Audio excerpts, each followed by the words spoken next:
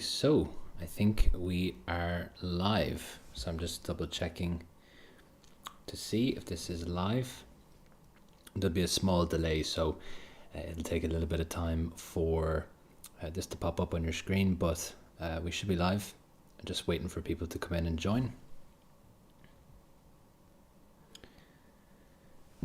All right, so there's a few people just coming in. I always like to kind of give a few minutes before I start these. See if this is live. There'll be a small delay, so. Okay. Great. Okay, so I'm just going to put up my slides here. Right, everyone, thank you so much for joining. What I'm going to do is I'm just going to wait a few minutes for people to come in. Welcome. Thank you very much for giving up your time to join this live stream. I love doing these sessions. I think it's great to be able to communicate with you all, to talk to you all. Maybe you've seen me from WhatsApp groups, or maybe you've seen me from Facebook or YouTube or various different mediums. Hope everyone's having a good night. I realize in some parts of the world it's quite late, so I do appreciate your time on a Friday of all days. It's really nice to see good attendance, lots of people turning up. I really appreciate it. So what I'm going to do is just for the next minute or so, I'm just going to let people join, because I realize sometimes people take just a few minutes. They get a notification from YouTube and it takes a while to join. Whilst I am talking away, can you let me know that you can hear me okay and you can see the slides okay? Okay, so it would be good to just confirm with me if you can hear me okay, if the audio is good. Yes, 11:30 p.m. Okay, wow, that's dedicated. Okay, thank you so much for joining. That's really dedicated. Okay, well, I'll make it worth your while. Midnight. Wow. Okay, Dave. Wow. I really appreciate you joining. It's 7 o'clock here. Okay, so not as late. Okay, this time pre-scene's very technical, detail oriented. Yes, Sean, thank you so much. Liz, great. Okay, so guys, thank you so much for joining this. I will make it worth your time, especially those who are joining us midnight and 11:30 and various different hours. What I like about my business, Pro Accountancy, is that, you know, we have customers from around the world. So, you know, we have people in USA, Canada, China, Australia, all EU, South Africa, Ghana, all these different countries. So I really like that. I like the fact that, you know, we get to sell, talk to different people, different countries. I love that part of even just the CIMA qualification. It's an international qualification, right? So everyone, thank you for joining me, and we're going to get stuck into this session, of course. As I go through this, what I'm going to do is you'll see me kind of looking different directions, right? What's happening is I actually have 4 monitors in front of me, okay? So I have one in front and I have one sort of to this side, and then I have one here, and then I have one here. So it's a little bit difficult for me to manage every single thing. So in terms of questions, I will reach certain points in this session and then I'll answer all your questions, okay? So if there's something that maybe you want to flag, you know, feel free to put it inside the chat, but it might just take a few minutes for me to get to your question, okay? So just kind of bear that in mind. As well, please bear in mind there's a slight delay as well. This is normal for all YouTube Live. There's just a short delay from when I talk and when you actually receive the message. So it'll take a few minutes for me to respond to your questions. Okay, so guys, thank you so much again, and let's get stuck into this. So this is the pre-scene insights for the May-August 2025 window, okay? So if you're unfamiliar with the SCS, maybe you've never sat a case study exam before, basically the pre-scene document has just been released. You can view it on the CIMA Study Hub, and this particular business is called Leothayre, and your exam will be based on this document, okay? So it's important to be aware of it. And what we're going to do in this session is we're going to summarize it so you can understand the industry, and also really the valuable piece is I'm going to talk about what are some key examinable topics, what are some scenarios that may come up based on this particular pre-scene. I've been doing this for many years. I've taught thousands of students around the world. Maybe you've seen me on the FLP. I supply the FLP with some content. I also work with the different CIMA offices around the world, namely in the US and in China, but also in the Middle East as well. So hopefully you find this useful.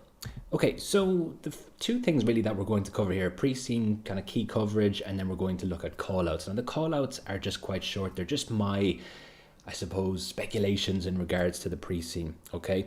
And just actually before we get stuck into this, there's a question there, and I know loads of people will ask this: is there a recording of this? Yes. So when this finishes, YouTube Live will upload this automatically as a recording. Okay, so the first 2 pages are typically the same, okay, for every single pre-scene. The layout of them, the text is a little bit different, of course, but basically the first page will just be a logo of the business. In this case, it's a satellite, so a little bit of a spoiler there. The business is a small satellite solutions business, okay, so quite a niche here. It's an interesting industry, okay, it's a little bit technical, a little bit complicated, but actually as they go, it is pretty interesting. And this is me being honest, okay, I've done this for many years, and there are some industries that are really not so good, okay. This is a pretty good one. Please take it from me. You may not think that. You're looking at it going, oh, I don't know anything to do with satellites. There's lots in this that's actually quite fascinating, and we'll cover it off, okay? So I'll try to make it as interesting as possible. So the business is called Leothayre, and that's on the first page. And the second page is a table of contents. And the next piece here is just a short summary of the business. So you are a senior manager, it's written in this short piece, within the company Leothayre. What does that mean? Basically, when they say senior manager, you're like a senior finance manager, senior business partner, underneath the board level. Okay, so that's what they're pitching this exam as. And the company is based in the fictional country of Wexland. Okay, so very original name there. So it's noted that it's a developed country. This is always within the pre-scene documents. If you're repeating, you've probably seen this before in the last pre-scene, you've probably seen it in the one before if you're repeating again. This, why does CIMA include this? Is this important? Yes, it is important, because what it tells us is that I suppose we can assume that the currency is somewhat stable, that the political environment is somewhat stable, okay, which is important because remember, both of those topics are a part of the SCS syllabus, okay. Core Activity B talks about currency risk and political risk, okay. The next here, so it's a well-regulated stock exchange. Yes, this is important in terms of things like efficient market hypothesis. We can basically assume that the country has at least a semi-strong level of market efficiency. Okay, because that's what you tend to see in well-regulated stock exchanges. It uses the W dollar. Okay, so this is the fictional currency that this company uses. And it's really important to be aware of that because currency risk is a part of the SCS syllabus. Okay, so I don't normally spend loads of time on the industry within the pre-scene documents. Normally where I add value is looking at the company, the risk reports, and telling you, what could come up here based on what's come up in the past and what I think could come up in the future based on everything that I see. And typically I will just kind of go through the industry, give you some basic points. But in this particular instance, the industry is quite complicated, okay? And you can see that because within the pre-scene document, there's quite a lot of kind of content, I suppose, in regards to the industry. I don't think I've seen this much since the pre-scene airfield, which was based on something actually similar. It was airports, okay? So it was like, it was kind of complicated, the setup and all that kind of stuff. So I think it is important for me just to kind of cover off the industry, give you some information based on the pre-scene. And again, we'll be speculating on potential exam scenarios from here. One of the things that I don't like, I used to be a student myself, so I studied this exam probably 8-9 years ago. And one thing that, used to kind of bother me about these types of lessons is it's very easy to just go through the document, right? There's not much value in me doing that. The value really is in me pulling the pieces that I think are important for you to know. Okay, so the first thing to be aware of here is that satellites can be classified by orbits, okay? So probably something you haven't thought about before. And if you go on page 3 of the pre-scene, there's a really good diagram that shows you what this looks like. So basically, satellites operate at different distances away from planet Earth. And actually the diagram shows this in a really easy to understand way. So the first orbit is geosynchronous, okay? So this is the one that's furthest away from Earth in that diagram. Then we have medium Earth orbits. You can see that sort of kind of going down from GEO. And then we have low Earth orbit. And this is the important one because this is the one that Leothayre specializes in. And actually, in the real world, the vast majority of satellites that we have are operating at this orbit level, low Earth orbit, okay, LEO. Now, something to be aware of that isn't written here is that there is actually a fourth variant of this, and it's an emerging industry called the Very Low Earth Orbit, VLEO. And this is something that's not mentioned in the pre-scene. It could come up in your exam where perhaps Leothayre moves into a new type of satellite orbit. The reason why this is a really good thing, a really good industry, is because the very low Earth orbit satellites are very close to Earth, and as a result there isn't much of a distance for transmissions to travel, and as a result you tend to get higher quality images, higher quality data. Okay, but that's something we'll cover off later on. But just be aware there is another one as well, there's a hidden one.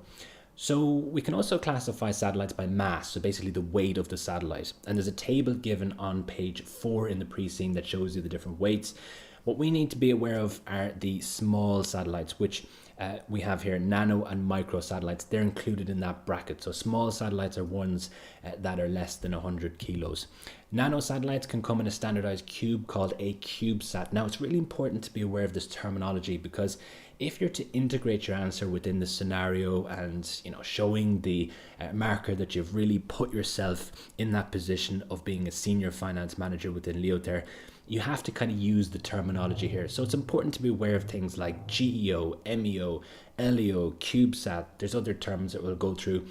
Make sure that you're using them when it's appropriate to do so. Okay, so CubeSat. Now, it mentions within the pre-scene that the cubes are 10 centimeters by 10 centimeters by 10 centimeters, and there's different configurations of this. So a 1U CubeSat is that configuration, 10 by 10 by 10, and then you can have different configurations. They show a diagram on page 4 that show you know, what a 3U would look like, what a 12U would look like. Okay, so something just to be aware of there.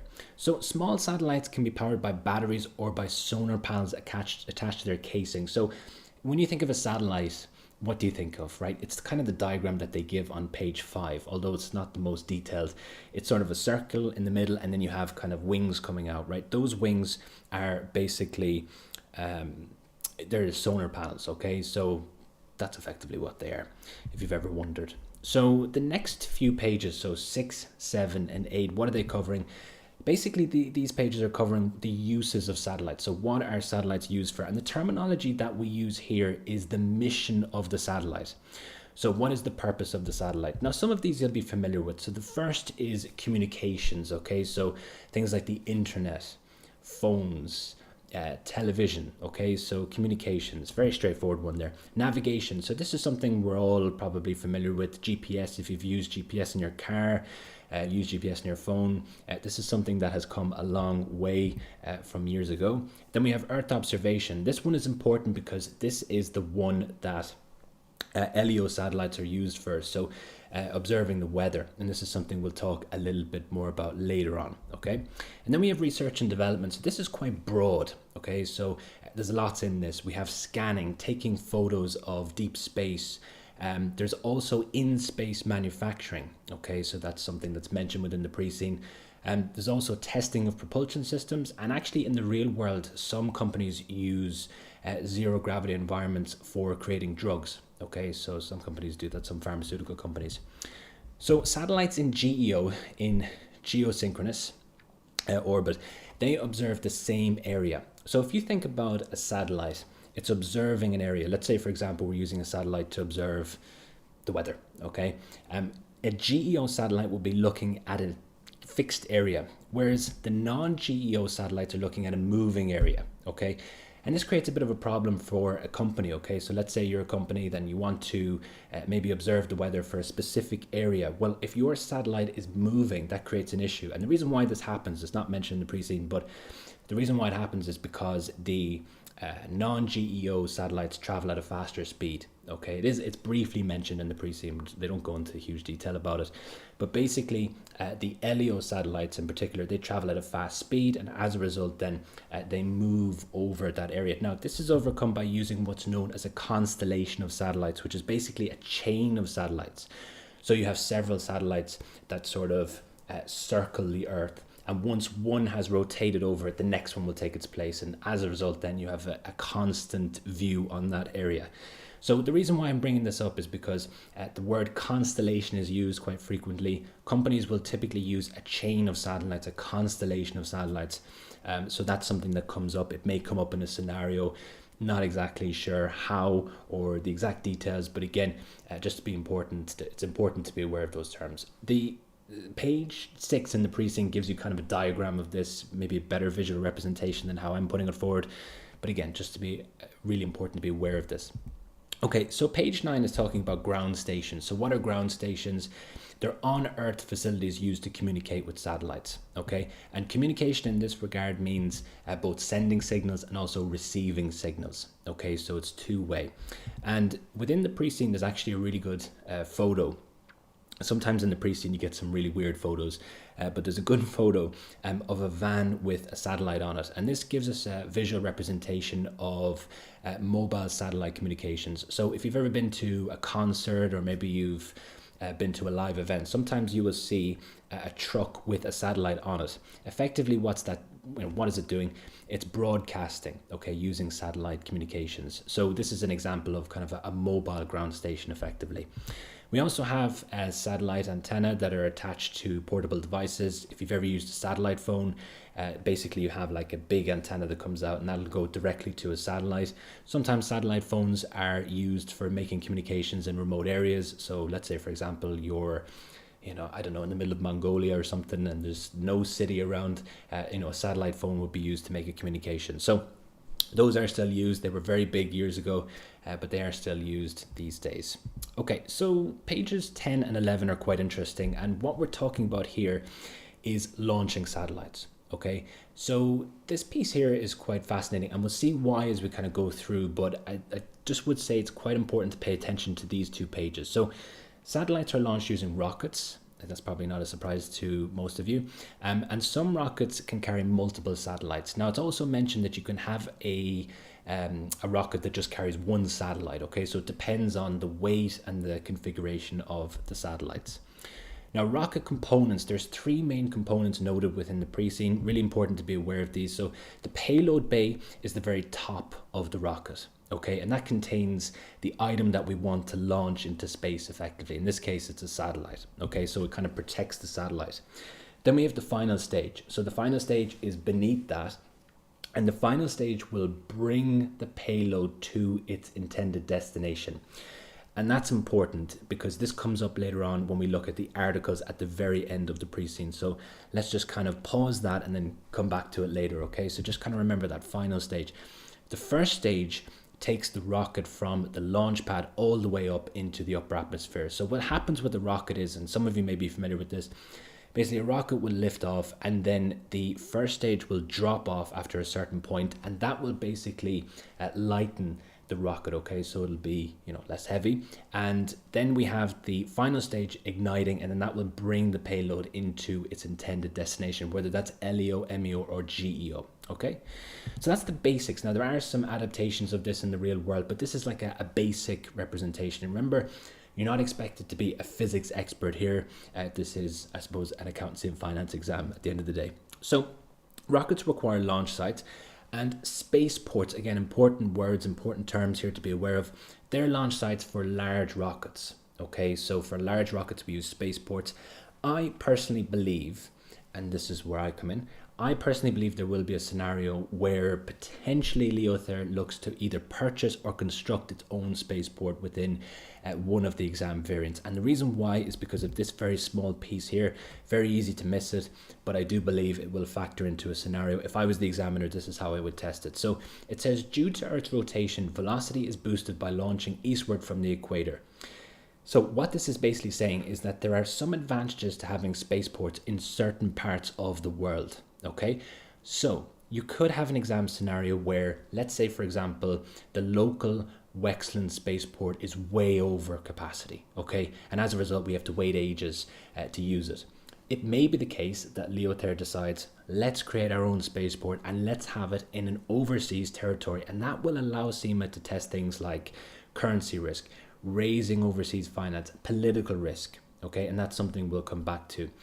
Basically, the last point there, again, you're not expected to be an expert in physics and rocket science and things like that, but the reason why this is a factor is because the Earth obviously spins, and it spins in this direction. So when you launch a rocket eastward, you're taking advantage of that spin, that kind of natural speed, which is around 1,000 kilometers an hour. So you're basically taking advantage of that velocity as it exists, and therefore you don't have to have as much fuel.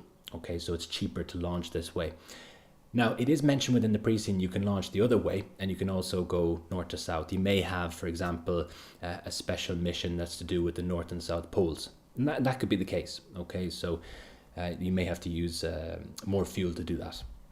Okay, so page 12 is the business. Okay, so we finally reached the actual business itself. It's on page 12, and this has to be one of the shortest summaries I have ever seen within a preceding document of the business. Now, I wouldn't read into that too much, but years ago you used to see, 3, 4, 5 pages about the specific business that we're talking about here, Leothayre, description about what it does and so on and so forth. In this instance, we pretty much have one page just kind of talking about the company's operations.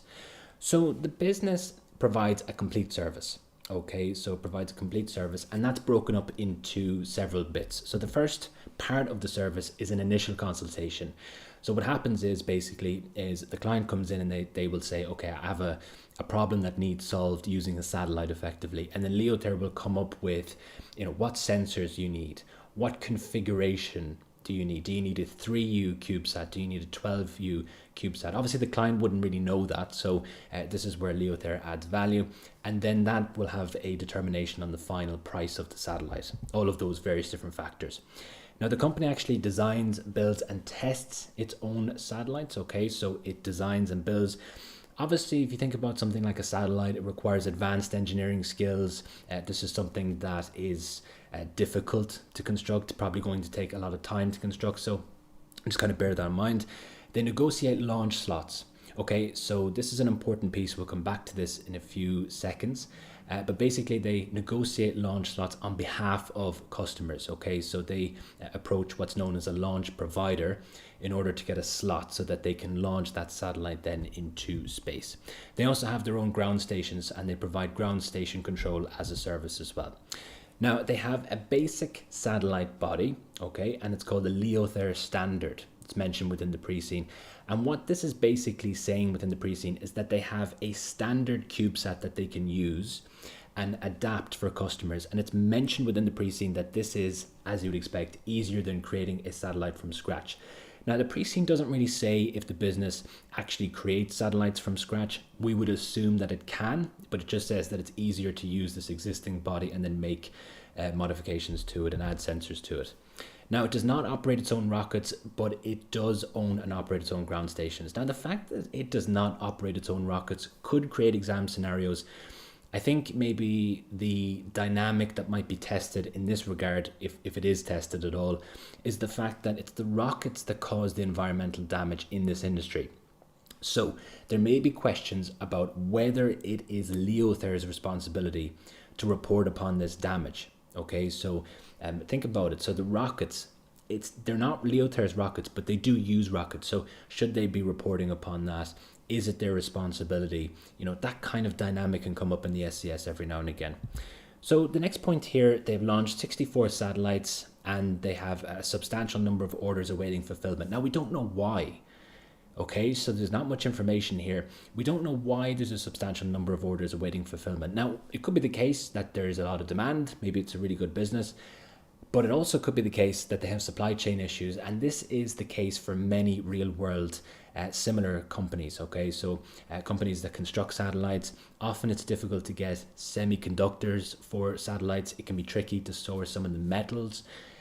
Gold is used quite often within these satellites. So it can be tricky sometimes to source the components for these satellites. And that may be one of the reasons why they're having this issue. Now, it may be the case within the exam that you have a capacity-based scenario where maybe they look to acquire another workshop. Maybe they look to expand by having another workshop in a different country.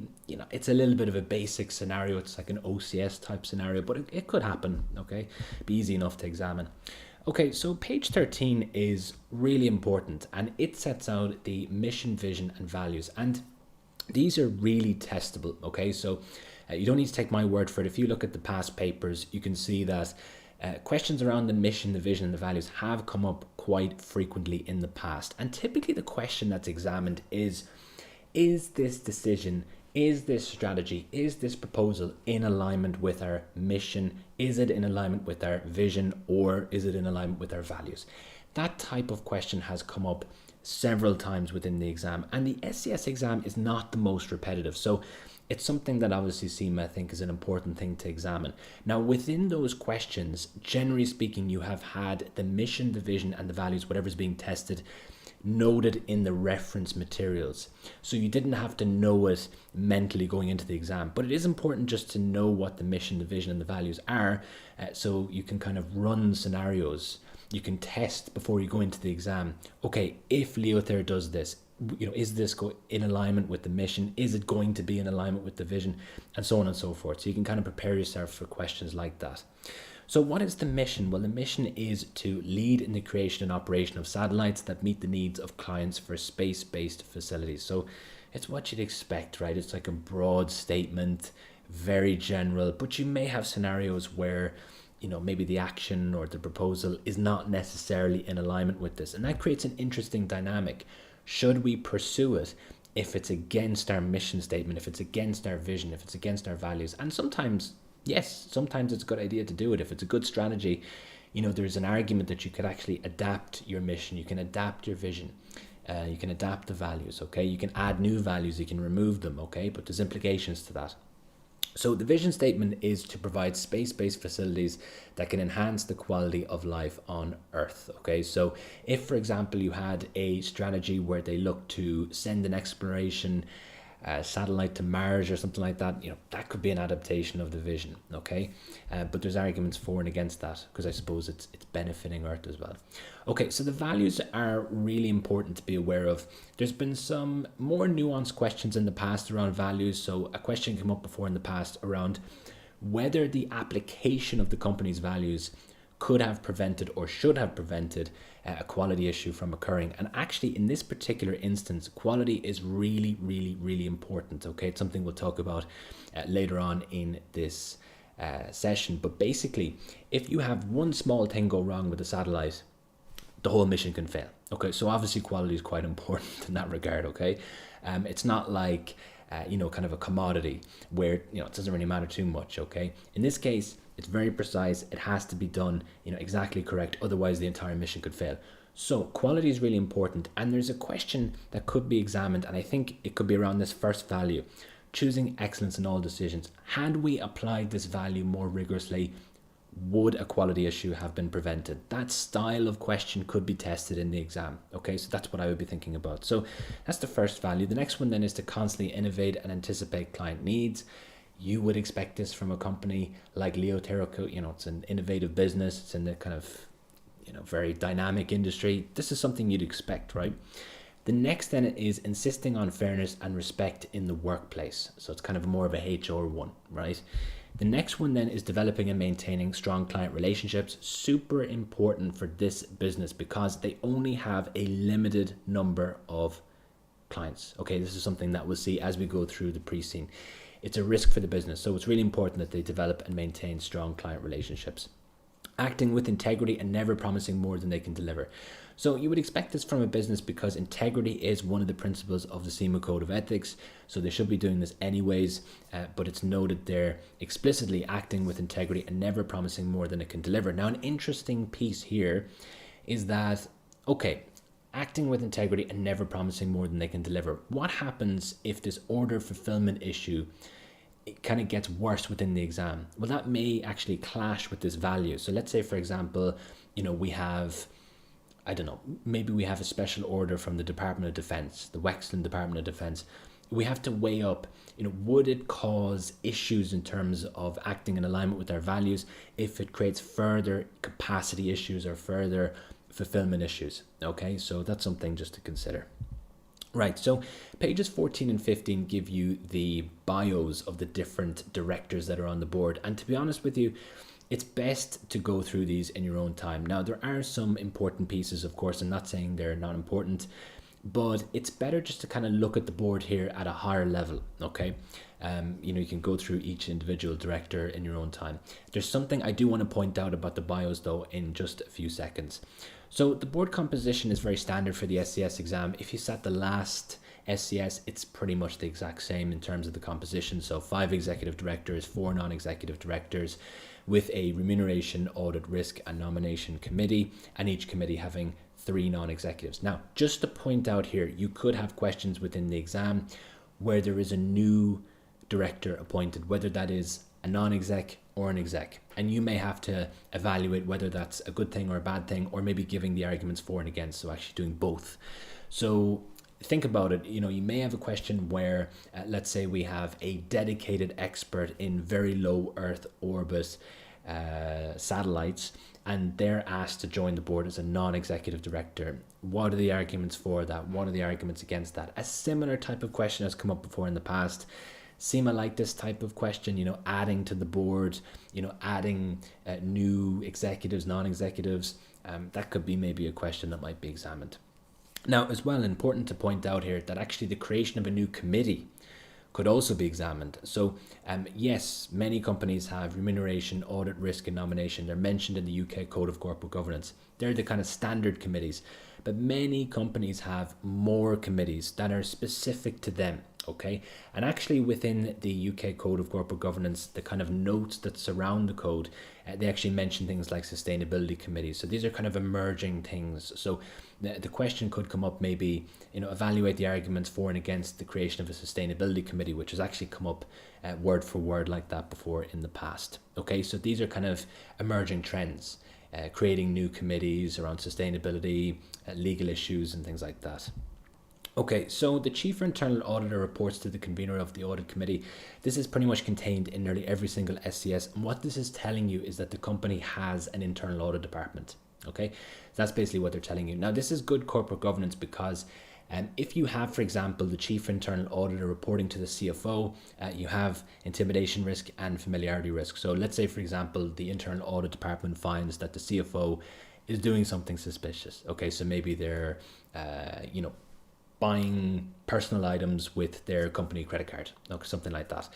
There's a bit of a risk, isn't there? So if you, let's say, for example, the auditor, and you go to the CFO and you say, well, there's something going on here, there's a risk that, you might be intimidated to go any further if the CFO says, no, this isn't a big deal, and the issue doesn't really go anywhere else. Or there may be a risk to your career. Maybe the CFO decides to make you redundant or something like that. So to overcome those issues, typically what companies will do is they'll have the Chief Internal Auditor reporting to the convener of the audit committee, basically reporting to the audit committee. Okay, so good corporate governance there.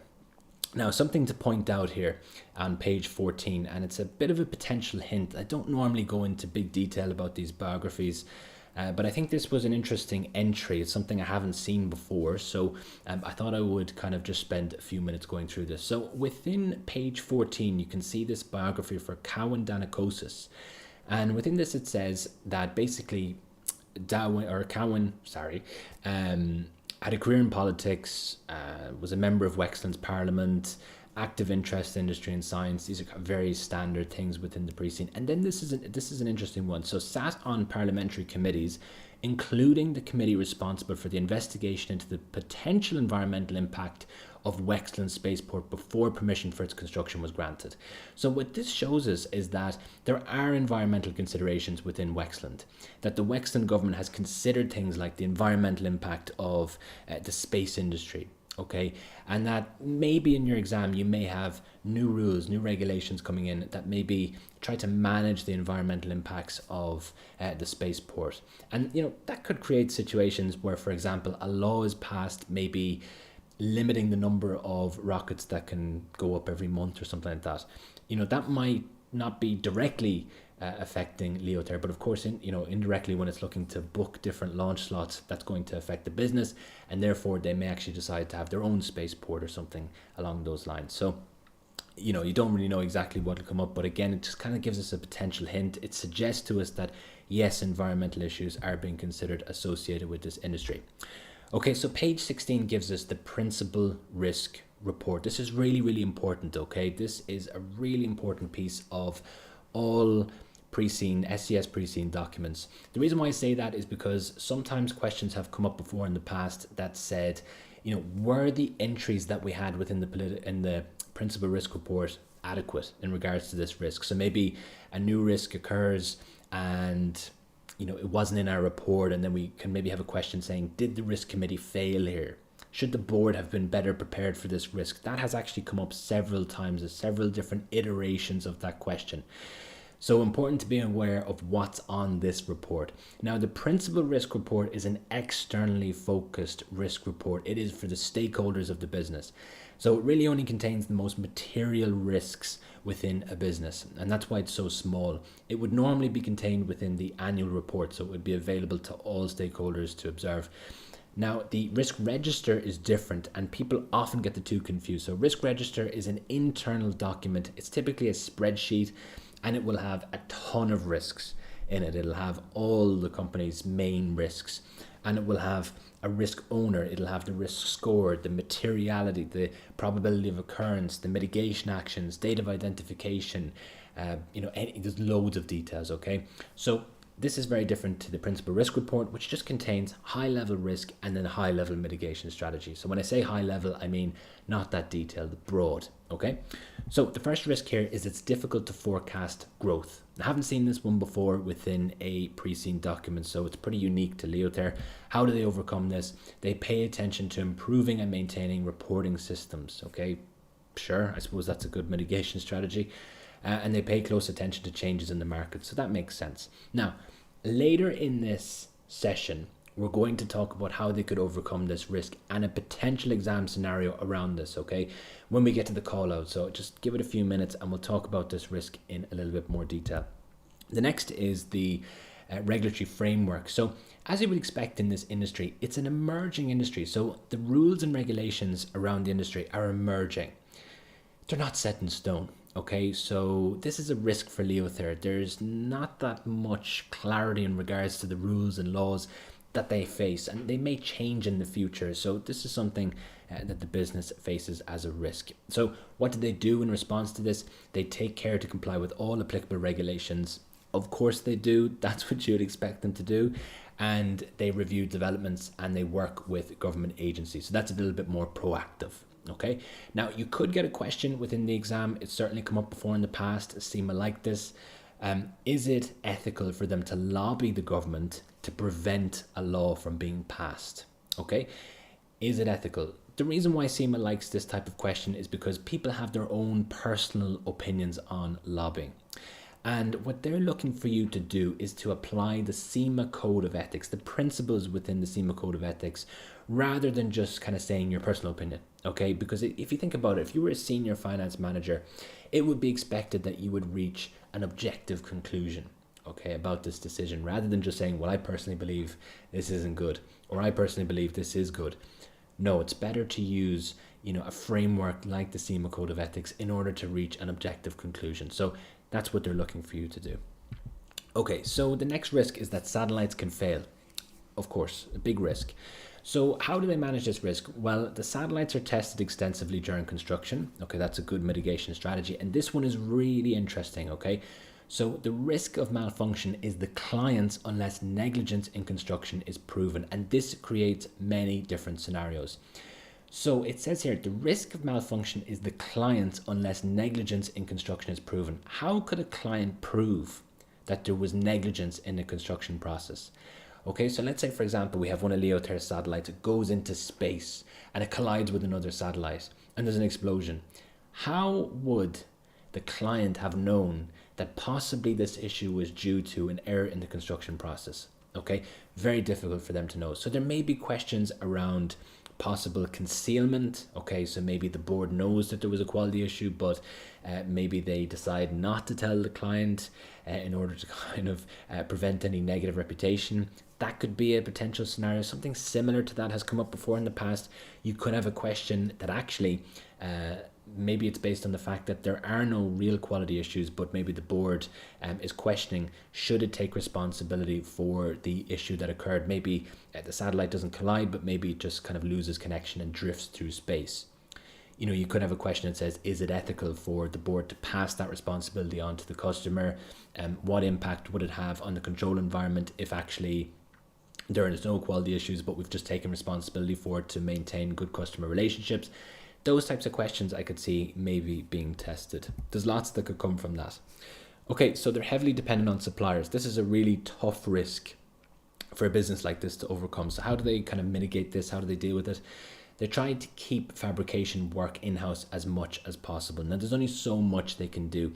Now, one way in which real companies that are similar to Leothayre, one way in which they're overcoming this type of risk is to use things like 3D printing. So you can actually use 3D printing for space rated components. Okay, so you can use sort of space rated polymer that can be used within 3D printers in order to create those components. So that's one way in which they could overcome this issue. So you could maybe have a potential exam scenario where maybe we're looking to work with a 3D printing supplier, or maybe we even purchase a 3D printing company, something like that. Okay, so the next risk is the company is dependent on a small number of clients. So this is a really big risk for the business and actually puts the business in kind of a dangerous position. But important to be aware, a business like this would naturally only have so many clients. If you think about it, right, how many people are out there looking for a satellite? If you work in a business, does that business invest in satellites? Probably not. Okay, so it's quite a niche item, and chances are one of their main clients is probably the government. Okay, so probably the Wexton government or the Wexton Space Agency or something like that, and that tends to be the case in the real world. So how do they overcome this? They work closely with clients and they treat overruns as a matter of urgency. Okay, so a pretty good mitigation strategy. Right, so the next risk is the impact of political uncertainty. Is quite an interesting one because political risk is a part of the SCS syllabus. So would I say it's highly testable? I would. Okay, how do they overcome this? They pay attention to global and regional developments. Okay, so there's only so much they can really do about this type of risk. Based on the financials, it looks as if the company has no overseas subsidiaries. So really they're just focusing at this present time on the Wexton government, but in the future, you may have a situation where they look to move to a different country, have an operation in a different country, make an acquisition in a different country, maybe work with a different country's government, and therefore they'd be exposed to political risk coming from another government. Okay, so the next is the impact of macroeconomic factors. It says the clients make stage payments. Okay, so this is what you'd expect for a satellite, right? Satellite's a big, expensive item. Making stage payments is fairly normal for a big item like this. So they basically, there's a payment made once the satellite reaches a certain point. Okay, so a certain part in a project or something like that. Okay, so Leothayre has a treasury department and they're responsible for managing currency risks. So currency risk is a big part of the syllabus. I would say, without even reading it, the pre-scene that, currency risk could be tested. It's tested frequently within the SCS. It's something that you should be aware of. Transaction risk, translation risk, economic risk. Most people hate currency risk, but actually the questions that come up, they tend to be fairly okay. Okay, so when you do practice questions regarding currency risk, you'll find out there's only so much that CIMA can examine in regards to currency risk. So it's something that I would recommend spending time going over. The combination of questions tends to be pretty repetitive. Okay. So pages 17 and 18 are the financials. Now, some people love to do massive financial analyses of these pre-scenes. And to be honest with you, I think it's a bit of a waste of time. There's really only like a few figures that you should be looking at here. Let's just be realistic. You're only going to remember a certain number of ratios going into the exam, and you'll probably only use a very slim number. So there's no point calculating a ton of ratios, making all these conclusions, and really you end up using one ratio. Okay, so let's be a bit more realistic about it. So what I recommend looking at, and you can calculate these yourselves, and you also, if you want, you can expand upon this. Okay, so if you want to go further, you can.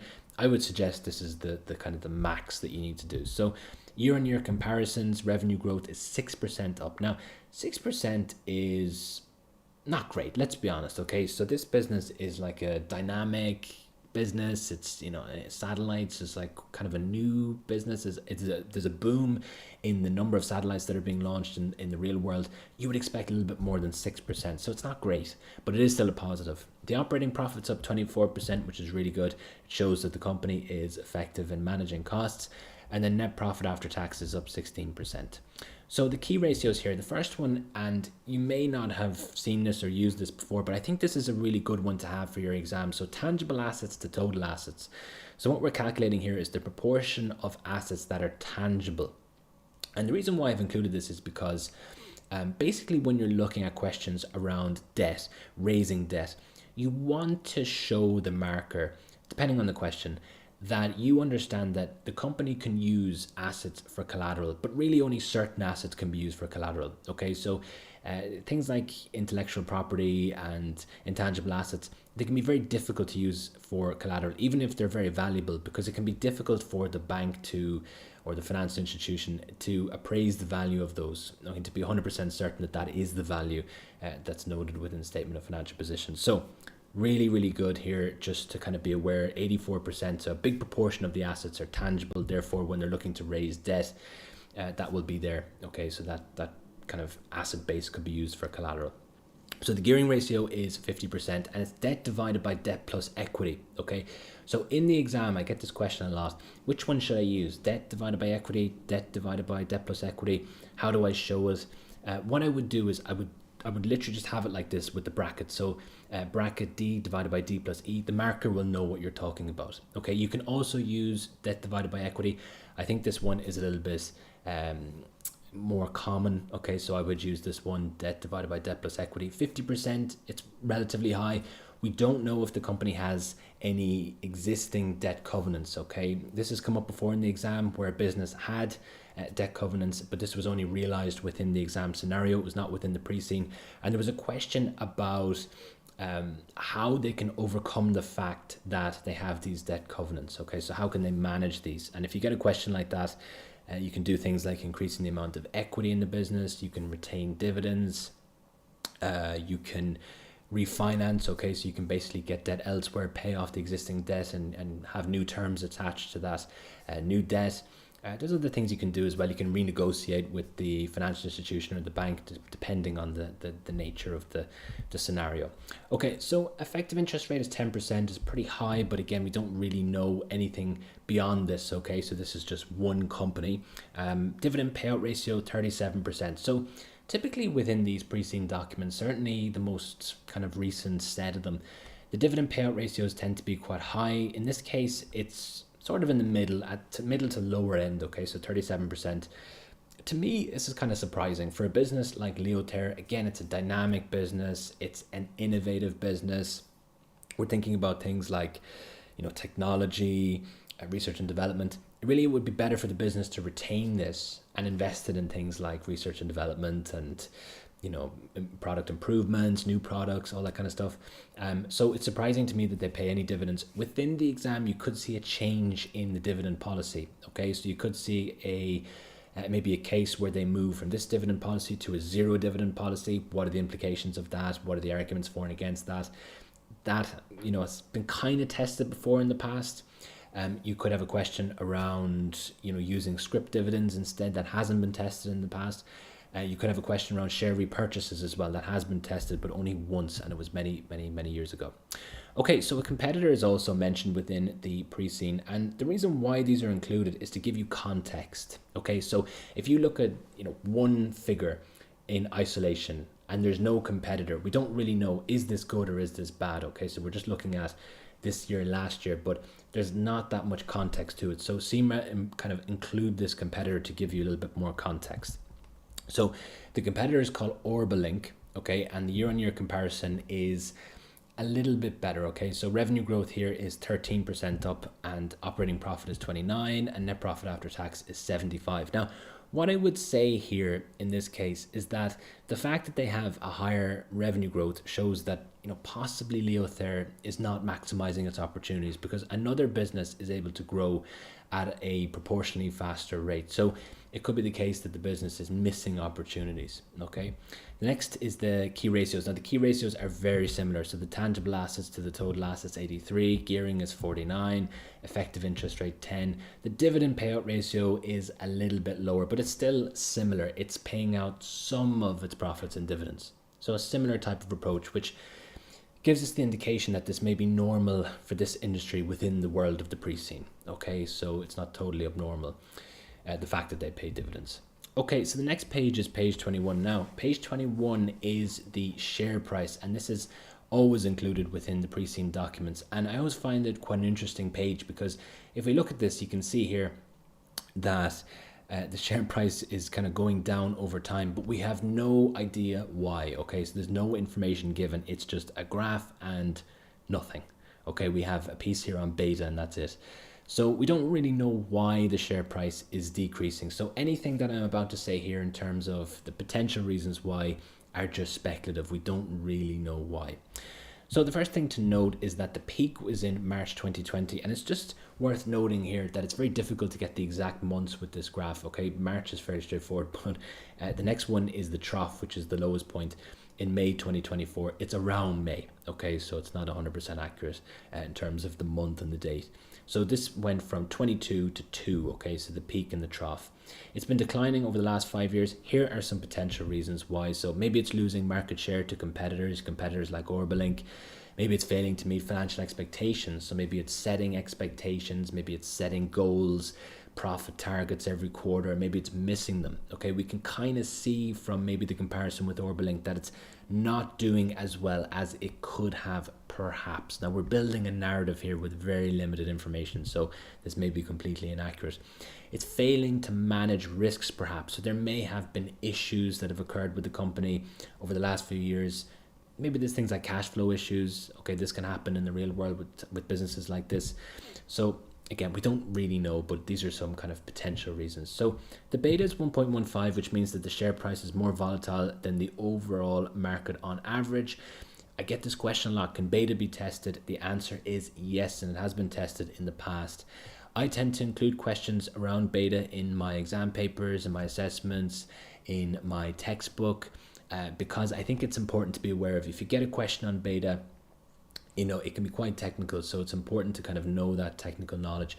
The types of questions that I think can be examinable in regards to beta for this specific pre-scene would be how beta might change through an acquisition, because the company doesn't really have any units that it could divest of. Okay, now of course within the exam there could be the creation of this sort of unit that could be divested of. You know, maybe we could divest of the ground stations or something like that, but there's no clear indication that there would be a divestment type scenario. Okay, so maybe it's going to be an acquisition, we acquire another business, and how then would that affect the beta? And the question we should be asking ourselves is, does it influence the business risk of the overall company, okay, post acquisition? And does it is it the case that we're using debt in order to purchase this business? And if that's the case, then that's going to influence our financial risk, and that financial risk then is going to influence our post-acquisition beta. So you could have questions around that. It hasn't really been examined like that in the past, but I think maybe it could be examined in that style for this particular pre-scene. Okay, so pages 22 and 23 are happy comic, and you may be thinking to yourself, well, what is happy comic? Okay, I'm supposed to be doing an accountancy exam. Why am I looking at a comic? Okay, well, basically what this is it's a summary of questions that kind of fill in the gaps that we had when we looked at the industry. So this kind of happy comics segment has been in the last good few pre-scenes, and basically it just gives us more information about the industry. So kind of questions that you may be having, filling in any kind of knowledge gaps. So the first piece of information that we get from this, and this is really, really, really useful, rockets are transported in stages to spaceports they will be launched from. So what this suggests is that if you have a spaceport, you need to have infrastructure around it, okay? And that's the case in the real world. So if you have a spaceport, you need to have roads. Okay, so for this transport to occur and for it to flow, we need to have good roads. And what this shows us is that if we have a scenario where we look to maybe even just use a different spaceport, maybe we look to buy one, maybe we look to construct one, and maybe it's in an overseas territory, you could have questions around dealing with the government as a stakeholder, political risk, because we need to convince them to build infrastructure, to have that infrastructure there, and so on and so forth. So maybe you could see a question come up around that. You could also see questions around things like protesters. So maybe protesters block roads or something like that. That has come up before in the past. How likely it is, I'm not 100% certain. Okay, so rocket launches cause environmental issues. I don't think that's a surprise to anyone. The first piece here is kind of common sense, so they create greenhouse gases in suit, but the next 2 points are kind of nuanced, they're a bit more interesting. So the next is that, when a rocket goes up, right, it's creating more environmental damage than really anything else because it's depositing directly into the atmosphere. So it does have a very adverse impact on things like climate change. So you may see scenarios where new laws are introduced, regulations introduced, and so on and so forth that kind of I suppose, manages this to a certain extent. So you may have laws that limit the number of rockets that can be launched in a certain period of time, something like that, okay? And how would that then impact a company like Leothayre as well? And this is related to the, as we said before, the final stage and the first stage. When they drop down, sometimes they still have fuel within them, and it can leave clouds of toxic vapor, and the toxic vapor is harmful to animals, plants, humans. It's just bad overall. So it's a multifaceted damaging effect, okay? So it's a pretty damaging I suppose industry, okay, the rocket industry, spaceports and so on. So you could see interactions, as I said, new laws, regulations, or maybe even just the proposal of new laws, the proposal of new legislation that can sometimes come up, okay? You know, should we engage in lobbying to prevent it from occurring? Okay, that's, again, it's been a scenario before. So space junk is something you've probably never thought of before, but it's actually a serious issue. So basically space junk is debris or retired satellites that are no longer in use, just sitting in orbit doing nothing, okay? And space junk is a serious issue because if you have a satellite and it's traveling at a very fast speed in its orbit and it hits against any of that debris or another old satellite, it will cause likely that satellite to become non-operational, or in the worst case it'll create an explosion, and that explosion then will create more debris, it'll create more problems, more junk. So this is a big issue for global governments. You know, this has been a kind of a key issue associated with standards that are being set around managing space. Okay, so space junk, and how do we clear it? How do we create solutions to clear debris? There's lots of different approaches, okay? There's lots of different ways in which governments are trying to approach this, but it is important just to be aware space junk is a major issue. It's something we'll cover off in the last slide, okay? So at a cost, satellites can be designed to fall out of orbit at the end of their lives, okay? So this is something that maybe you could see within the exam, possibly, again, rules being introduced, laws being introduced around forcing companies to design satellites in this way. Of course, that would affect Leothayre in order to reduce the amount of space junk. Okay, so that's something that I could see coming up. So page 24 is all around this course. Okay, so Central City University, they've announced an MSc course in space construction. You know, the first kind of 2 paragraphs are not super important. They just say that it supports the satellite construction industry, which requires advanced engineering skills. It's kind of highlighting the fact that skills are really important in this industry, that the engineers are really important. We need to retain them within the business. But the next 2 paragraphs are really interesting. They highlight the fact that the failure of a single component can cause the entire satellite to fail. Basically, what this is doing is stressing that quality is a major issue in this industry. Okay, so quality is really, really important. And it says that satellite manufacturers therefore subject assemblies to tests and use space-rated components and materials in response to this issue. Okay, and we say space-rated, it basically means that these components can be used for space. Okay, think about space. The conditions are very harsh, so the materials have to be sort of rated, they have to be ready for space. Okay, so the next page is really interesting. I think this is something that could be the basis of a scenario. Basically, what it talks about is the fact that large farming corporations often pay for localized weather forecasts. So it kind of says, yes, there are free forecasts that we can get, and I'm sure we're all familiar with our own sort of local, national weather forecasts. You know, you can find them online for free. Sometimes you see them on the news. They mightn't be 100% accurate. But basically this is saying that large farming corporations can pay for their own localized versions of these forecasts that are more accurate, and they tend to come from LEO satellites. And what this says is that, you know, these companies, they rely on accurate information in regards to the weather. So it gives the example of a farming corporation, agricultural companies that might make decisions around when they need to harvest. And so the next 12 to 24 hours, they might decide, do we need to harvest, do we not, what's the weather looking like, and that will affect things like crop yields. And over a lot of crops, it makes a big financial difference whether you get that right or wrong. So that's basically what this article is highlighting. And it says that personalized forecasts may also be used by other companies like or other parties like builders. If they're making decisions around pouring concrete, they might want to know, is it going to rain? They talk about oil companies as well. Now, what can I see coming from this? Well, in the real world, what happens is satellite companies will sometimes launch their own satellites, and they'll generate data that they then sell to customers on a subscription basis or on an on-demand basis. So what I could see happening here is possibly Leothayre creating another service where they launch their own satellites, they create data, and then they sell access to that data as a service. Okay, so basically giving this data on a monthly subscription basis. Lots of companies do this. It's a very popular business model, and the reason why, if we think back to the risks, why I think this would be important for Leothayre, is one of the risks stated in the principal risk report is that it's difficult for them to forecast demand. Now, if you think about a business that's a subscription business, it's very easy to forecast demand. So this would be one way in which they could overcome that risk. It's also a way in which they could serve different types of clients. So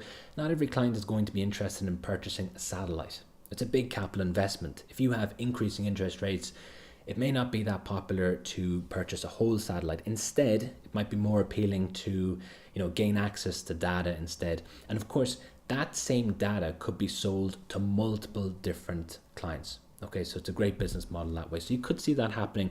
There's lots of scenarios that could come from that. Evaluate the implications of this, the cybersecurity risks, because possibly we're creating an interface where a customer has to access this data. Okay. The next then is page 26, and this talks about the space junk charter. Okay, now this is actually based, I believe, on a real world charter called the EU Zero Debris Charter. Okay, so this is actually based on a real world development, and the Wexland government has become a signatory to this fictional one called the Space Junk Charter, and basically it's a non-legally binding charter that sets out standards for satellite construction and launching satellites as well. So companies are encouraged to do the following. The final stage of the rocket is to remain intact with no detachable parts left in orbit. So this is common sense, right? You shouldn't have kind of small bits flying about in space. This creates space debris, increases the risk of collision, and so on and so forth. Now, the trajectory, we talked about the final stage of a rocket. I said we'd come back to it eventually. So the trajectory of the final stage falling out of orbit shortly after payload deployment. So this is saying that the final stage that brings the payload into the upper atmosphere and goes into the actual destination that it needs to be in, that needs to be, as it says here, the trajectory of the final stage needs to fall out of orbit shortly after payload deployment. What you don't want to have happen in the real world and in this fictional world, you don't want to have the final stage in orbit, for a long period of time, because if you think about it, it's basically a piece of a rocket, so it's going to likely have fuel in it, and as a result, if that was to collide with an existing satellite, it would cause, a potential explosion, and that can compound the problem. It can create more space junk, more debris, and it creates more issues. Okay. Then the next one here, satellites are designed to minimize the risk of explosion of batteries and fuel. So I think, an interesting dynamic here is that this is not legally binding. So a company like Leothayre would look at this and maybe there's an ethical dilemma here. Do we follow this? Okay, it's not legally required. So are there ethical implications for not following it? So that could be a potential scenario that I see coming up in the exam. So some call outs from me. So the first is sustainability. Now, sustainability is a really, really current issue, and it's something that CIMA love, okay? So I think it will come into this exam, whether that's on Earth sustainability or maybe that's space sustainability, not 100% certain, but regulators within the exam, they may push for, legislation or maybe just even enforcement of standards in order to manage things like space junk and also the damage caused by rockets. Okay, so the whole idea of managing space junk would probably have a direct impact on Leothayre, whereas, the damage caused by rockets, it may be sort of an indirect issue. Okay, so that's something to consider. Now, stakeholders is a really important topic for this particular pre-scene because Leothayre is really, it's kind of in a tough position, right? It's highly reliant on its suppliers and it's also dependent on a small number of customers. So it's in a tricky position in terms of its stakeholders. Now, speaking of stakeholders, a really interesting piece of this pre-scene is the government, okay? So the government plays the role of, the stakeholder that influences economic variables and also future regulations. But in this particular case, the government may also be a client. Okay, it may also be a customer. So it may be the case that, let's say, the Department of Defense is one of our main customers. We don't really know, but possibly this is the case, okay? It would make common sense. And then we have maybe like a space agency that would be funded by the government. Maybe that's a big customer, a big client of ours as well. So that's another dynamic to add there. Now, there's regulatory ambiguity, which basically means that it's not 100% clear in regards to the regulation. And that's something that was flagged in the principal risk report.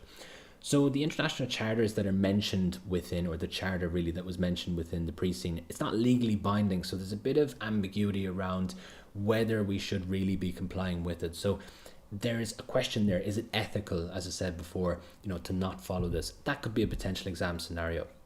So quality is a serious issue for Leothayre. We stressed this earlier on. It's a theme that runs throughout the pre-scene. It's mentioned a few times that we need to do lots of testing. The components need to be space rated. One small mistake could make a satellite explode, something like that. So you get that feel for the fact that quality is really important in this pre-scene. Capacity is an issue for the business as well, because it says there's a substantial number of orders awaiting fulfillment. So to me, that's a strategic issue. Okay, so you could see scenarios around sourcing new suppliers. Okay, maybe the risks of depending on a select number of suppliers, building relationships with suppliers. So these are all potential SCS questions. You could also have a question around alleviating some of that capacity issue, maybe by expanding overseas, maybe having an additional workshop within Wexland, so maybe even an acquisition, something like that. Okay, so launch providers, we kind of mentioned this a little bit before, but there's real world growth in kind of launches, satellite launches. And what this has caused is what's known as launch provider traffic. Okay, so in order to respond to something like this in the world of the pre-scene, so again, you might be presented with this as a problem within your exam. Maybe the case that the company looks to maybe use a new spaceport, build a relationship with a new spaceport, possibly construct its own, something like that. Cyber risk is something I just want to call out here. It's a big piece of the syllabus and it hasn't been mentioned once, okay? But think about it, cyber risk is a huge problem for this business, okay? If, for example, cyber criminals were able to access the satellites, think of the data that they could get their hands on. They could be looking at confidential areas, things like prisons, government buildings, secret army bases, all that kind of stuff. That's a major risk for the business. Also, they could basically just take the data that the company has. That data might be coming from the Department of Defense, might be coming from the government and so on. And that would be disastrous for a business like Leothayre, so especially if they move into this business model where they're offering data as a service, they're basically giving access to data as a service, that then would sort of heighten the cyber risk exposure of the company. So it's something to be aware of. It's not mentioned on the principal risk report at all, and that may be the basis of a question that says, was this an example of the risk committee not doing its job properly? Okay, so that could be a potential exam scenario. So cyber risk, remember, cyber risk is a big part of the syllabus. If you look at the different core activities that are effectively the syllabus for the SCS, cyber risk is explicitly mentioned in core activity D. So it is something that is a big piece of this exam. So within the 6 variants, chances are cyber risk is going to be tested, okay? So technology, emerging technology like AI and laser comm, it unlocks value for Leothayre. So what I'm talking about here, AI, we all kind of know AI. We've heard of things, ChatGPT, generative AI. Everyone is talking about it, right?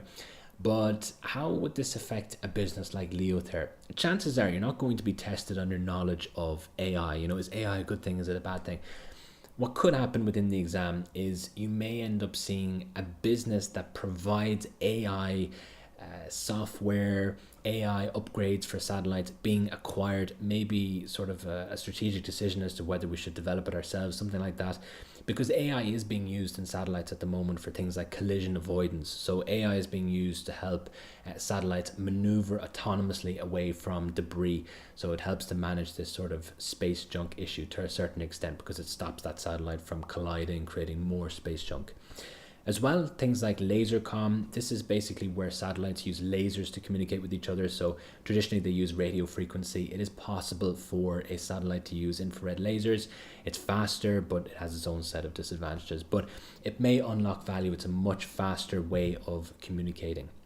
Okay, so business model adaptation, we talked about this. The concept of shifting your business model is a little bit of an MCS topic. But you could see maybe a strategy where we launch this in addition to what we have. Okay, so maybe we look to do this through an acquisition, possibly you have strategic issues around the fact that if we were to provide this service where we sell data on a subscription basis, it seems bizarre, by the way. I do appreciate that, but this is what my research of the industry has shown me. Lots of companies do this. It's a really, really, really big business. Some businesses just specialize in this. But if Leothayre was to do it, think about the implications. They'd have to have their own satellites in space, which could create issues, okay? So if we have, for example, a backlog of orders and then we decide to make our own satellites for our own service, think of how that would affect our stakeholders. Okay, so that could be a potential scenario. Collisions, I think, is a really, really likely scenario. Some form of collision, whether it's Leothayre satellite or just a general collision, and then there's a report on it or an article about it or something. You could see a collision creating, an impact on stakeholders, share price impacts for Leothayre if it's one of their satellites, possible political risk if it's maybe knocked against a research satellite. Maybe it's caused operational issues for an overseas government. Something like that, okay? So collisions would be a kind of a scenario I would test if I was the examiner. And then we have economic variables. So what we're basically saying here is that the business is really sensitive to these economic variables. So if we analyze movements in these variables, it will help us to predict demand for the company. So that means that it would be a good idea to look at things like the international Fisher effect. It'd be good to look at things like interest rate risk, currency risk. And when I talk about interest rate risk, some people get really frightened, okay, because hedging interest rate risk is quite a tricky subject within financial strategy, okay? And if you've sat the F3 paper, if you're going through the traditional route, F3 is a difficult paper, and one of the tricky subjects there is managing interest rate risk. Managing interest rate risk has actually never been tested before. Now, it's not to say that it won't be tested, but actually the way in which interest rate risk has been tested in the past is to evaluate how an increase in interest rates would affect the business. And you may have a similar type of question for this particular scenario. So how would, for example, an increase in interest rates, how would that affect the business? And you can think about things like domestic demand, overseas demand, currency rates, the economy, government funding, so on and so forth. So just something to point out, right? So obviously you probably know, but just so you're kind of clear, I suppose, I own a business called Pro Accountancy. Now, you've seen the logo through the entire session, so you probably know this anyways. If you're looking for a course, if you're looking for a textbook, if you're looking for assessment kits, really, obviously I'm biased, but I can't think of a better provider than myself. I really, really just specialize in this exam. So I've been a student myself. I was a prize winner. I teach the SCS for CIMA cohorts around the world. I've helped thousands to pass this exam. So honestly, if you're looking for a course, the best in the market, and really it's great value, is the Ultimate SCS course. I'll just put this up, right? So many of you probably know this already. It's one of the few courses in the, I suppose, CIMA tuition market that contains the full SCS specific theory videos in 4K quality. So we actually go through all the specific theory that you need to know. So if, for example, you haven't done a subject, let's say you did P3 like 5 years ago, it can be very difficult, isn't it? You go back in, you have to read through the textbooks and get up to speed, and then you still have to cover the other two OT subjects. And really, there's no tuition provider out there that has a proper solution to this, in my view.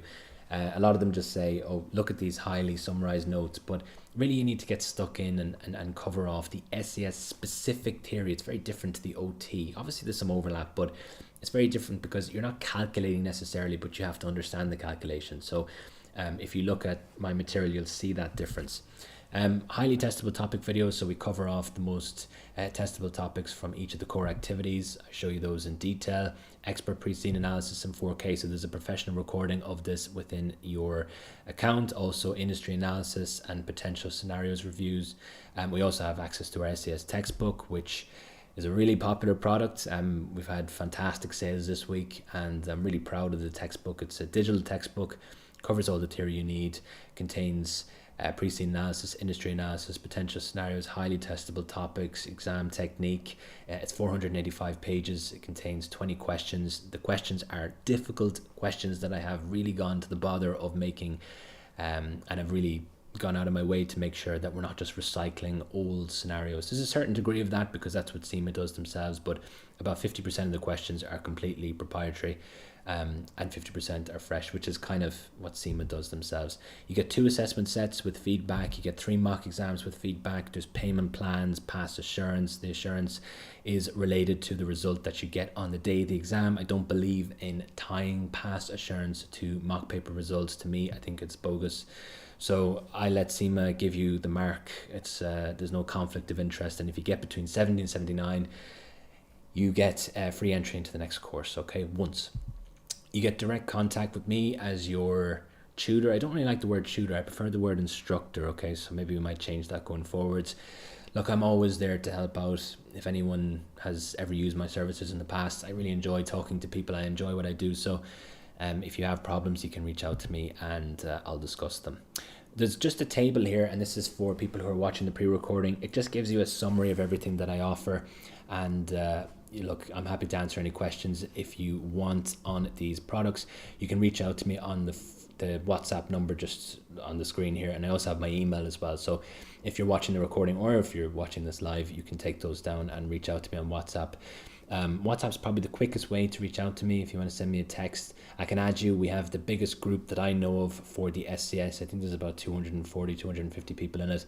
We also have a private group if you are in the course, and within that group I'll be releasing some new content that has not really been seen on my LinkedIn, or it's not been seen on really anything to do with pro accountancy to date. So there'll be sort of new material that I can't really put inside the course because it's not as structured really as I would like it, but it's useful, okay? So I'll be releasing that kind of content sort of piecemeal. It'll be really useful too. And to be honest, it's nice to have kind of a smaller group where you can discuss technical materials, and you can discuss sort of how you're getting on with your studies, and maybe vent as well. You can say, oh my God, I really need help with this. So, you know, it's a great course. Obviously though, I'm biased, so what I would suggest you do is go on the website and check out the samples and see for yourself. You know, there's plenty of stuff on my YouTube as well. Pro Accountancy is the name of the YouTube channel, and you can check those out. So let's ask some questions, right? So I'm here, and I will terminate the session when the questions stop, okay? So there's a direct incentive to ask me as many questions as possible. So I can see there's a few questions, and look, thanks so much for waiting for my response to them, okay? So the first question, which satellite are we good at, nano or micro? So it's the LEO satellites, okay? So that's what was mentioned there. Can you explain the tax liability here given in financials? So tax liability would be things like VAT, well, I suppose sales tax or GST, depends on which country you're based in. So sales tax effectively, or it could be corporation tax, and it's a liability. So it may be accrued, it's not yet paid, so you would have a liability that would accrue over time. It's not really directly testable. There is deferred tax at the MCS level, it's testable. At the SCS level, the tax liability wouldn't really be testable. Okay, so sir, you mentioned to maintain gearing to take new debt or to pay old debt, but is it practical? It will further increase gearing, or maybe because existing covenant we might not be able to take on new debt. Yeah, well, it's a good question, isn't it? Well, I suppose, you know, in that scenario, so kind of going back to that past question, what they were looking for was a solution to the issue. And yes, you could mention that within your answer, that actually, you know, obtaining the new finance might necessarily be that easy, but it is a potential solution. So possibly, if you think about it, maybe the business has been generating more profits, and as a result, it's more attractive than it was when it originally had the debt that it first negotiated. So now it's in a better position. It can go to an alternative financial institution, and, you know, maybe it's in a better position now. So that would be maybe one way in which you could approach it. So, would you recommend attempting May SCS if we're only finishing OT exams at the end of April? Now, that's a good question. Yeah, I mean, it depends, right? So I would suggest if you have the time and if you have the motivation. So I'm going to be very honest with you here. Generally speaking, when people say to me, and I'm not really sure if I'm going to sit the exam or not at this stage, most of the time they end up deferring. Okay, so I've taught a lot of people, and I try to be as honest as possible with people on this. generally speaking, most people will defer if they're not kind of certain at this stage whether they're going to sit the exam. Now, you may be in a situation where you're waiting for your result, and you know, that's very different, but you kind of need to be motivated and committed towards it. So it can be really difficult. And the reason why I'm saying this is because I kind of did something similar myself when I was studying. So I did E3, P3, and F3 over 4 months, and the SCS in 1 month. So maybe you've done something similar.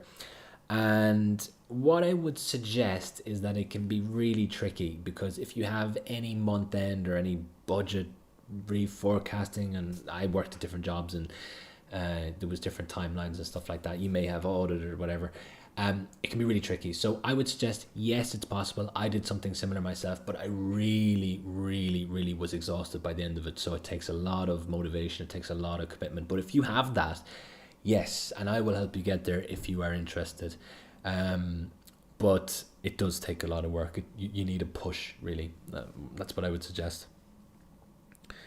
Okay, roughly how many hours do you think we should dedicate to preparing for the SCS? Well, that's a good question, right? So how long is a piece of string, right? So it's tricky to say. I mean, what I would suggest is what I did. Okay, so everyone's circumstances are kind of unique. So sometimes, you know, years ago I used to kind of give hourly plans and stuff like that, and people would say to me, you know, I have study leave 2 weeks before the exam, and then, you know, 5 weeks before the exam I have month end, and, you know, I have stuff with my child, and it's difficult for me to sort of fit the hours in. So now these days I sort of just kind of give what I did, and if that's of any interest to you, then you should do the same. So when I was studying for this exam, and this was about 9 years ago, what I did is Tuesday I would study for 2 to 3 hours, Thursday I would study for 2 to 3 hours, Friday 2 to 3 hours, Saturday, you know, maybe 4 or 5 hours, and then Sunday whatever I could. And that may seem like a lot, but you have to remember I was doing the exam in the space of about a month, so because I was doing the OT exams. So that's how I did it. But of course it'll depend on your own schedule, but, you know, roughly 6 to 7 hours a week, I suppose. If you think about things like the mock papers take 3 hours if you're doing them to exam conditions, which you should be doing. So that's 3 hours of your time. And then when you look at the feedback, that probably take about an hour or two. If you're going through it in detail, you're looking at the solution. So that all adds up, you know what I mean, in the end. So hopefully that answers your question. I would say aim for about 8 hours a week, if you can. But not all those hours are just looking at videos or looking at books, you know. So as I said, you might be doing things like answering questions or looking at videos like this. I mean, this counts as an hour, right? So, you know, that would all add up. Also, will you share the deck for the session? I really appreciate that. I don't know, so let me think about it, because the deck is sort of a feature of the course, so I don't want to shortchange people who've bought the course off me. But let me have a think, and I'll get back to you on that one. Very stupid. There's no stupid questions. Don't worry about it. So, our internet router at home are what? Transporter. Depends. Okay, so it depends actually. If you're using something, so sometimes, like, you know, when I was reading this, and actually I see the response from people in regards to this pre-scene, the first thing they think of is Starlink, right? So everyone is thinking about Starlink as a business. You know, it's a big business, and basically what it does is it provides satellite internet. And I kind of, the first thing I thought is this some version of Starlink? And basically how that business works is you have like there's different ways in which it operates. I did a small bit of research on it, but you have like a device that can connect directly to the satellites in some instances, and in some instances you have a home installation and there's a satellite on top of your roof. And, you know, that is like a very sophisticated form of providing the internet. You may have seen in the news the more traditional style of using the internet, probably what you're talking about, is undersea cables. So undersea cables are a risk for governments. It's a way to kind of cause problems for countries, right? Cutting these cables. Some countries do it as a kind of an offensive measure. So one way to overcome that is to use things like satellite internet that, as I said, they connect to devices that you can like hold in your hand. And in some countries, as Starlink, not in the country I live in, but I believe in America, you can basically put a satellite dish on top of your house and then you'll get the internet. So that's the two main ways of getting the internet. I'm not an expert, but hopefully that helps. But the one you're talking about is undersea cables. Sometimes though, you can have a situation where Starlink will actually transmit, just using a basic term, basically provide internet to ground stations, and the ground stations have fiber optic cables then that go directly to houses. So it's a different setup in different countries.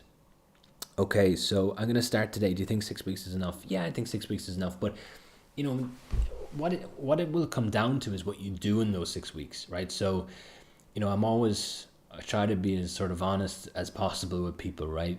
Yes, 6 weeks is enough. Okay, I've seen people do 6 weeks, but it depends what you do in the 6 weeks. How hard are you going to study in those 6 weeks? That's really important to be aware of. Kind of how are you maximizing your time in those 6 weeks? So that's something I would just kind of be careful of is like, you can set out, let's say, for example, I could say to you, it takes 10 weeks to study for this exam, studying 4 hours a week.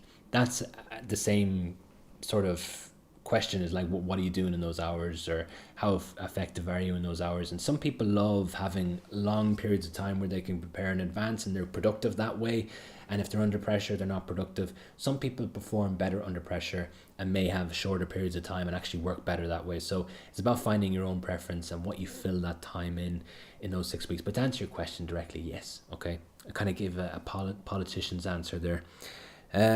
What's the approach we need to change from MCS to SCS? Well, that's a good question. So MCS is much more detailed than the SCS. Now, it's not as, there's not like a massive difference, but I suppose with the SCS, there's less details given in the questions. Okay, so it's more broad, and the expectation is that you're able to kind of pick up upon these things, and your answer should be more developed as a result. So when you think about just even the operation of the exams, how long is the MCS? It's 45 minutes.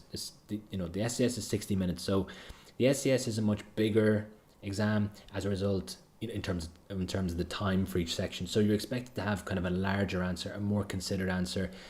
In terms of the nature of the answer that you give, it's at a higher level. Okay, so you're asked typically to evaluate things, to recommend things. This is based on what's called Bloom's taxonomy. Okay, I won't bore you with the details, but basically you're asked for sort of high-level assessment, high-level critical thinking skills. And what CIMA are looking for you to do at the SCS level more than the MCS is to be able to, as I said, apply critical thinking skills to a higher degree. So let's say, for example, in the MCS, you may get questions around things like IAS 38, right? And those questions are tough. I mean, there's no denying, the technical side of it is tricky. But the technical side of the MCS it's pretty, it's kind of binary, right? It's either right or it's wrong. So if you have IAS 38, either you've applied it correctly or you haven't. Whereas the questions that you get at the SCS are a bit more nuanced. So let's say, for example, a question that may come up within the SCS would be evaluate the arguments for and against appointing a non-executive director. Now, there's no kind of clear answer there. Okay, so you're really applying your critical thinking skills. You have to think about, within this context, does it make sense for this to be an appointment? What are the reasons for? What are the reasons against?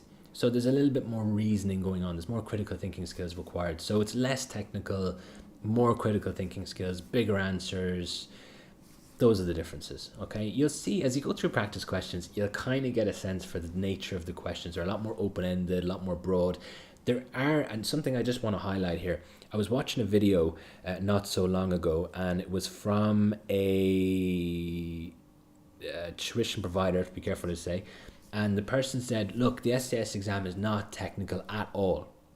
Now that's rubbish, okay? So if you hear something similar, ignore it, okay? There are technicals tested, and there are questions that come up on things like currency risk, beta, interest rate risk. Those are technical. You have to kind of know them, right? But it's less technical than the MCS. So that's the accurate statement there, right? Okay, so last question before we end this. Today the pre-CIMA is released. What do you think of the 5 or 6 topics you want us to do? Currency risk, and so on. Yeah, so I get this question a lot, right? So within the book, I've actually set out the different topics or whatever, but you can probably get a sense just based on this. Currency risk is like heavily tested. It's one I would just make sure I understand. Stakeholder analysis is really highly testable in this case. Political risk, I would say, is really highly testable. Ethics is really highly testable. Internal audit, right? So this is one that normally people answer really poorly, and the unfortunate situation about it is that internal audit is tested so often within this exam, and you wouldn't think it because it's a CIMA exam. So internal audit, it's like not, you wouldn't normally see someone who's an internal auditor with a CIMA qualification. Sometimes you do, but it's not super common. And so you may be thinking, well, internal audit is just a niche topic. It's actually normally within the variants. Okay, so I think in the last round, it was the one that's publicly available. It was tested 3 or 4 times within all the different variants. So it's been tested a lot. And normally the questions to be worth between 50 and 60%. So they're big questions. So I would really pay attention to internal audit for this one. I could see a situation coming up where maybe, we accept the contract that is confidential. So maybe something like a defense contract, and we have to keep the information secure and all that kind of stuff. And how can we use internal audit to do that? That's been examined before. I could see this coming up in this exam. Is the WhatsApp group open to all? Well, the big one is open to all. So the big one is, I have input into it, of course, but I let people talk and whatever. They can discuss the exam and the problems they're having. The closed group is for the course, and that one is a little bit more concentrated and based on what we're doing week on week, and a little bit more, I suppose, probably more files in it, if I'm being honest. So there has to be kind of an incentive to be in it. So I released some stuff in it, and some stuff that's coming. Okay, so I've had to kind of be a little bit careful because obviously the pre-scene's only released today, so I can't release too much. But yeah, hopefully that answers your question. So Hubert, it's great to see you. Thank you so much for joining this. So when it comes to incorporating industry examples in our answer, do we mention the real names of the companies in the real world, or should we talk about the industry in general? Now, that's a really good question. There's no harm in mentioning either. If it was me, what I would do is say the industry in general, because I think sometimes, and this is a kind of a common error within the SCS, is that sometimes people will try to make their answer fit the things that they've learned off before they went into the exam, right? So this is kind of common. It seems strange, right? But maybe someone would go and do research into the satellite industry. Now, bear in mind, if you're in my course, I have done all this work for you, and it is tough work, right? So I've done all this, I've laid it out all for you. So even if you have the book, you'll probably see there's a ton in there on the industry. Sometimes people will find out facts about the industry and then make their answer fit around that. As a terrible approach. So it's just something to bear in mind. The marker is probably not going to be too interested if you have learned a fact about a company or something like that. But in general, yes, if the point is valid, you will get marks for it. So it depends on the context. But what I would suggest is probably just in general, it shows that you have done some research, but you're not trying to jam it into your answer necessarily. And it could also kind of cover off the pre-scene as well. So when you say in the industry, I suppose it also covers the world of the pre-scene. So, I mean, both are acceptable, really. Just depends on the nature of the question and the answer and so on. But I think, probably in general is a bit better. So, link to the open WhatsApp group. Well, I can't link anything in this live stream, but what I would suggest is send me a message on that number and then I'll send you a link. Okay. Next question. So looking forward to diving into the book over the next few weeks before getting on to practice questions. Well, I really appreciate that. The book there that's been talked about is the Ultimate SCS textbook, which is available on proaccountancy.com, or if you have any questions about it, I can send you a small sample. Something that I really like about the book, right? So I've been in your position before, and I have copies of books beside me. And when I was studying for this exam, like I said, 9 years ago, I came to the SCS, and like all of you, I went, well, where's the book, right? So there's a book for like E3, there's a book for F3, there's a book for P3, there's no book for the SCS. There's like a workbook, and it's like 90 pages long, and like £70. And I was thinking, okay, like, where do I get the theory? Where do I get where's the backup? Where's the knowledge that I need to know? So that's why I wrote the book, and it took me about a year to write. It's professionally published. and it's updated every window. So it's written for the window, and we've made some updates. So we've actually added in game theory. So game theory was tested not so long ago. I think it was important to add it into the book. There's been some changes made to the difficulty of the questions. So the questions were, they were good and they were hard, but they weren't hard enough, if I'm being honest, because for the kind of straightforward questions, you don't probably need me. You don't need pro-accountancy to a certain extent. I'm just being honest about that. Whereas the more difficult questions, that's where I add value in your journey, right? So if you see a really difficult question from me and something similar comes up in your exam, I've helped you. Okay, that's my way of looking at it, right? So if there's any other questions, guys, and I also want to say thank you so much. I've noticed that the numbers have basically stayed the same throughout the whole stream, which I really appreciate, right? So like this will be uploaded straight after this. YouTube Live allows you to do that. It just kind of uploads the recording, and this will attract views after that. But I really appreciate people joining live. It gives me a chance to talk to you all. And I really enjoy, talking to people and getting to know what your problems are, because obviously, look, I run a business in this industry, so knowing what problems people are having is an opportunity for me, and I'm always fascinated as well. Like I said, I've gone through your journey many, many years ago, so I'm interested to see, where people are at. The FLP has really changed things in a big way, and I'm always fascinated to see, people going through the FLP, and then, maybe they come to me, or maybe they're a traditional route, and how things have sort of changed in that regard is interesting. So thank you so much, guys. It's really, really nice. Would love more sessions. Yeah, so before I leave you, there is a session. So there's one that I'm not 100% sure on the date. So if you go into my channel, you'll see there's one called Crash Course. I think it's like 3.5 hours, like 4 hours or something. And this is when I said, right, I'm just going to cover absolutely everything you need to know for the upcoming SCS. I will be doing that again, but I don't know the exact date because it takes a lot to prepare for it. It was 100 and something slides, okay, so it was absolutely exhausting. If you've seen the recent news of Cory Brooker, who did the 25-hour speech, it was up there, okay, so it was a long session, and I was exhausted after it. But I am planning on doing it again. It was great. I really enjoyed it, and it was a lot of fun as well. So we'll be doing that again for this particular window, which will also cover August. So the two are effectively the same. Just to note as well, if you are purchasing a course from me, it covers both windows. So we don't adjust the course for the second window. So if you've purchased the course for May, you can sit in August. You just have to let me know.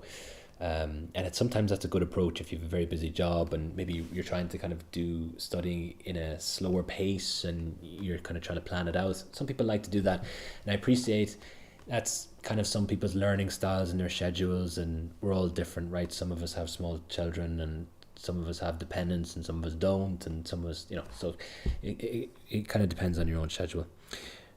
I'll be on it when you do it. Excellent. Why? That's what I love to see.